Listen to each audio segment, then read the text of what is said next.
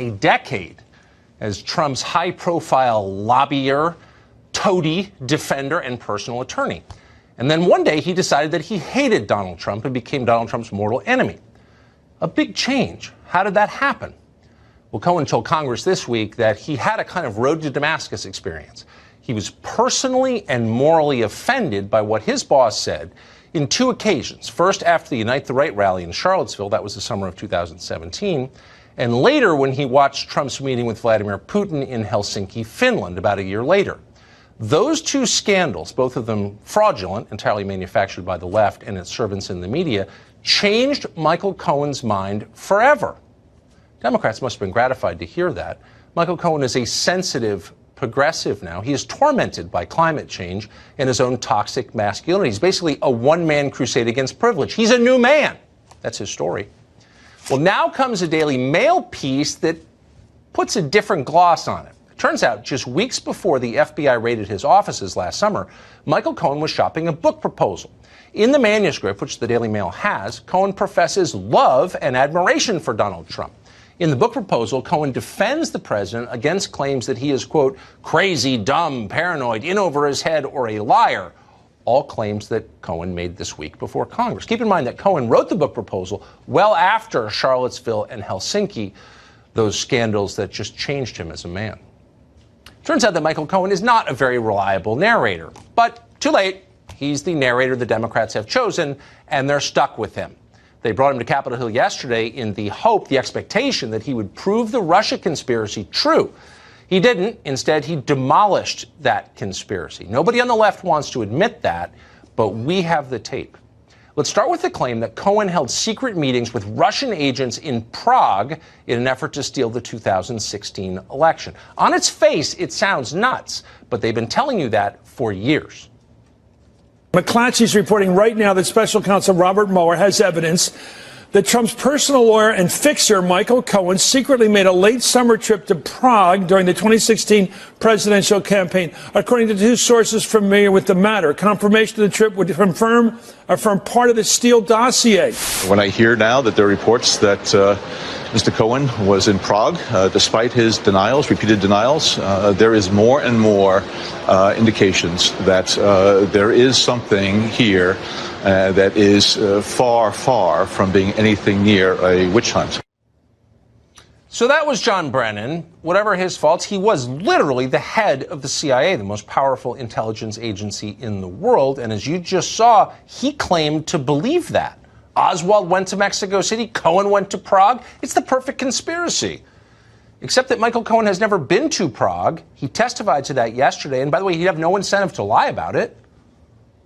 You have been to Prague? I've never been to Prague. Never have? I've never been to the Czech Republic. You'll balance my time. Never been to Prague, but I kind of like the music. How frustrating it must have been for Adam Schiff to hear that. Never been to Prague. This was the part where Michael Cohen was supposed to admit swapping microfilm with Vladimir Putin in the sauna at the Prague Marriott. Instead, he looked kind of mystified and admitted he'd never even been to the country. Michael Cohen is from Long Island. He pretty much stays there. Okay, let's try this again. How about the claim that Vladimir Putin's agents have video of Donald Trump cavorting with hookers, and that's how they've managed to blackmail Trump into saying nice things about Russia? We've been hearing about that since the day BuzzFeed first claimed it. The most incendiary claim in the Steele dossier was, of course, that a foreign adversary, Russia, has dirt on the President of the United States, exposing the president to blackmail.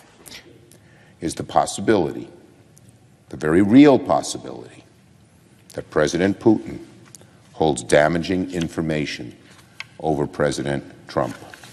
What do the Russians have on Donald Trump? Politically, personally, or financially? Yeah. Okay.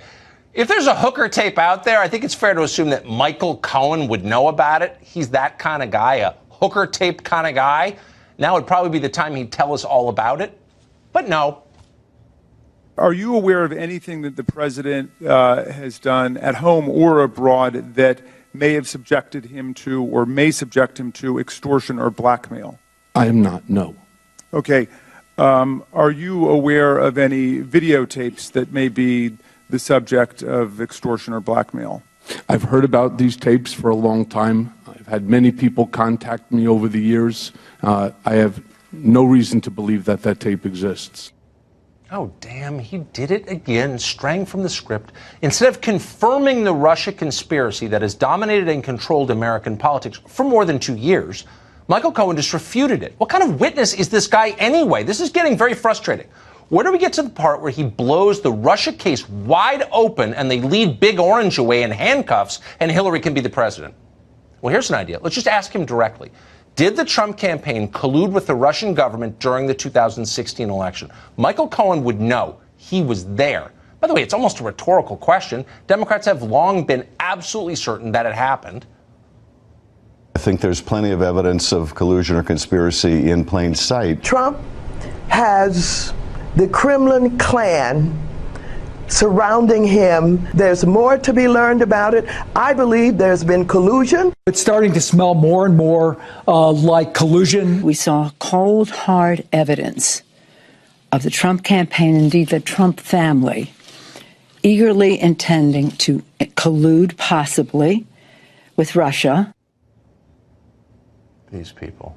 Plenty of evidence. Cold, hard evidence. Well, if anyone could provide that kind of evidence, it would be Michael Cohen. After all, he was Donald Trump. Is that really his name? No, it's Donald Trapanovich. He was Donald Trapanovich's personal attorney during the years that Trapanovich was accepting suitcases full of rubles in exchange for subverting American democracy. So what's the answer, Mr. Cohen?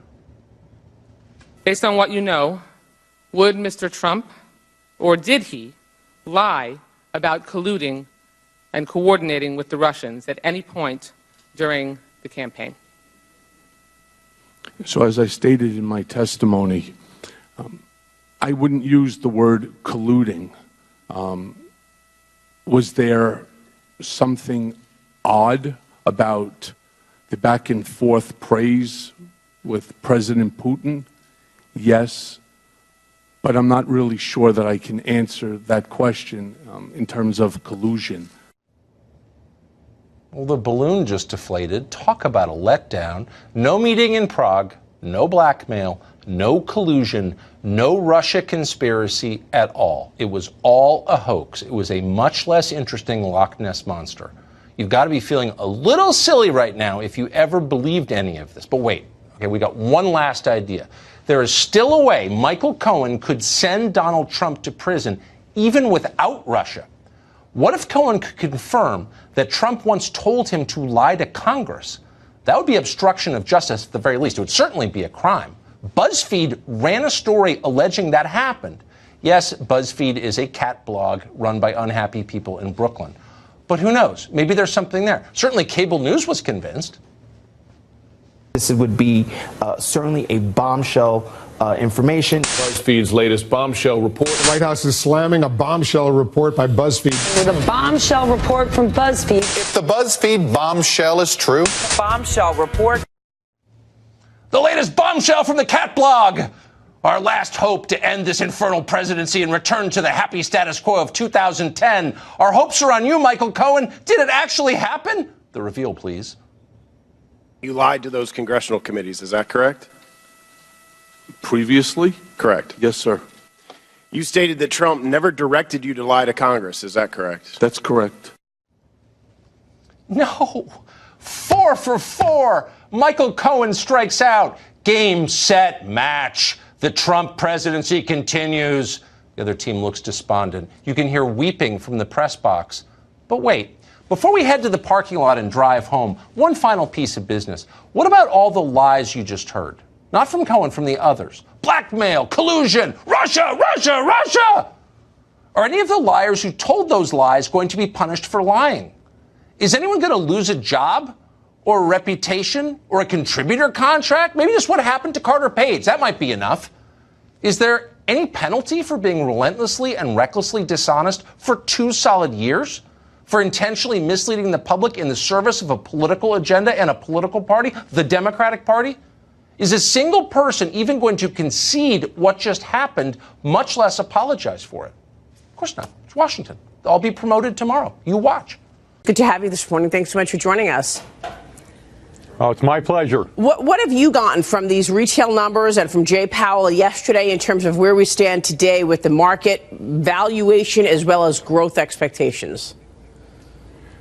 Well, as far as retail numbers, when you talk about, I know you mentioned Lowe's, and the interesting thing is that Lowe's is going to make, whether they meet the numbers or not, they're going to make their stock do well. They're dedicated throughout 2019 to doing more share buybacks, even if it means taking on more debt. The real concern is the economy, and when their big competitor Home Depot has better margins, if the economy starts to go into a recession, then clearly the stronger competitor with better margins is going to do better. And if you read between the lines with Jay Powell's announcement yesterday, he's concerned about recession. And he should be. You know, it's funny, but the 800-pound gorilla that nobody's talking about with the Federal Reserve and why the Federal Reserve really finally stopped hiking interest rates is that they inverted a good part of the yield curve. You know, you've got a one-year Treasury right now at 2.53, a 5-year at 2.43, and a 10-year at 2.63. One more hike, and now he's inverted the 1-year and the 10-year. So I believe that's the real reason why they can't make that move to get rates higher at this particular point. Yeah, I mean, we were all waiting for an inversion between the 2 and the 10-year. That never happened, but you're right about the 2 and the 5-year. What are the implications there? Well, the implications, all of a sudden, banks don't want to lend as much anymore, and that's already starting to happen. You know, the issues were that throughout 2018, the bond market, every time Mr. Powell will get on television and say he's going to raise short-term rates, the bond market would oblige, and there'd be a bond sell-off, and long-term rates would advance ahead of short-term rates, allowing him to raise those rates. In December, they finally said, enough is enough. The economy's not strong enough to justify higher long-term rates. And that's when he came out, he again announced a short-term rate increase in the federal funds rate, and all of a sudden, there was basically a flight to quality, and the 10-year Treasury dropped by 50 basis points. And that sent a strong message that enough is enough. And, you know, there's a reason that everyone says, you know, the bond market tends to be a little smarter than the stock market. So I think we and he should listen to what the bond market's trying to tell us. We want to just bring out, we are waiting on earnings this morning, and we've got earnings hitting the tape right now. We got an earnings beat to report, but we're also looking at the ramifications of Jay Powell's testimony yesterday. He spoke to the Senate Banking Committee yesterday. He's going to speak with the House today, and the head of the central bank commented on the expansion. Let me play this soundbite, get your take on this. Listen to this. Mm-hmm. We want to use our tools to sustain this expansion and keep the labor market strong and keep inflation near 2%. That's exactly what we're trying to do. And so we look around and what do we see? We see a labor market that is strong and continuing to strengthen. Job creation is strong. Wages are moving up. So that's a very healthy thing. The committee has decided that with our policy rate in the range of neutral, with muted inflation pressures and with some of the downside risks that we've talked about, this is a good time to be patient and watch and wait and see how the situation evolves. 2017 was a year of synchronized strong growth really around the world. It was a very good year, and we were feeling a tailwind from that. That has now turned into a bit of a headwind for us. Our economy, though, I think the outlook for our economy is still a favorable one, still a positive one, but nonetheless, this will be a headwind. Your reaction, David, you're seeing real slowdown. I mean, the European estimates in terms of growth in Europe are 1%, David. What did you take away from that? Well, you know, you always have to decode, if you will, the Fed's language. And, you know, what he's trying to say is that he's trying to be an optimist. He's trying to be a Fed, you know, economic cheerleader, if you will. But at the same time, he's saying, you know, there are some signs out there if you read between the lines. And more and more economists now are saying they're concerned about recession in 2020, and some are even indicating the end of 2019. So when he says he's willing to use whatever tools the Federal Reserve has, you know, you have to be open to the possibility of that the next move in interest rates might just be downward and not upward. Because of the slowdown in the economy. Real quick, would you be putting new money to work here, or do you want to hold your powder dry given what you're expecting on the economy? In the stock market, I think right now cash is king. One has to be extremely cautious. In the fixed income markets, though, I think the headwind is pretty much subsided, and there's still some really good opportunities in fixed income. David, thanks so much. Thanks for joining us this morning. Good to see you. Same here. Thank you. David Scranton joining us.